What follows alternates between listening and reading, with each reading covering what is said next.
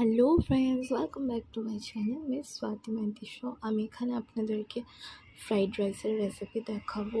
এখানে ছিল golden basmati rice. তো ওই রাইসগুলো হচ্ছে বড় বড় শেপে। তো এখানে আমি ডিমটাকে ভেজে নিচ্ছি প্রথমে, দুটো ডিম ভালো করে। এখানে ডিমগুলো না ইয়েলো নয়, হোয়াইট টাইপের।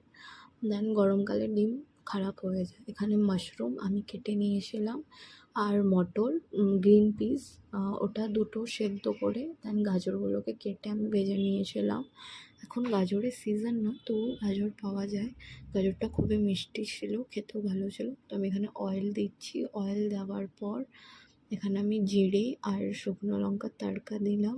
দেন তারপর আমি এতে দেবো পেঁয়াজ কুচি, রসুন কুচি আর আদা কুচি দিয়ে এখানে আমি পেঁয়াজ দিলাম। পেঁয়াজের উপর আমি টমেটো দিয়েছিলাম, বিকজ টমেটোটা সেদ্ধ হতে আর গালাতে খুব টাইম লাগে। তো এখানে আমার ফ্রাইড রাইস কমপ্লিট।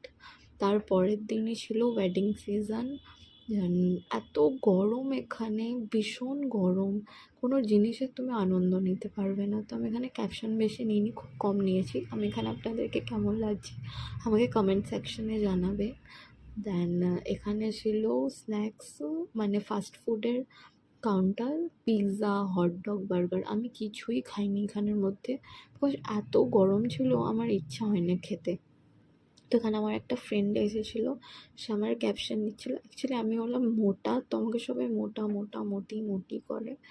তো আমি এখানে ওকে খাইয়ে দিচ্ছি। আমার যে বেস্ট ফ্রেন্ড আছে আপনারা দেখেছেন, তো আমি তাকে ভিডিওটা পাঠানোর জন্য তাকে আমি জেলাস ফিল করাচ্ছিলাম। এখানে ফ্রাইজ পটেটো ছিল। দেন আপনারা সাবস্ক্রাইব করে দিন। Thank you.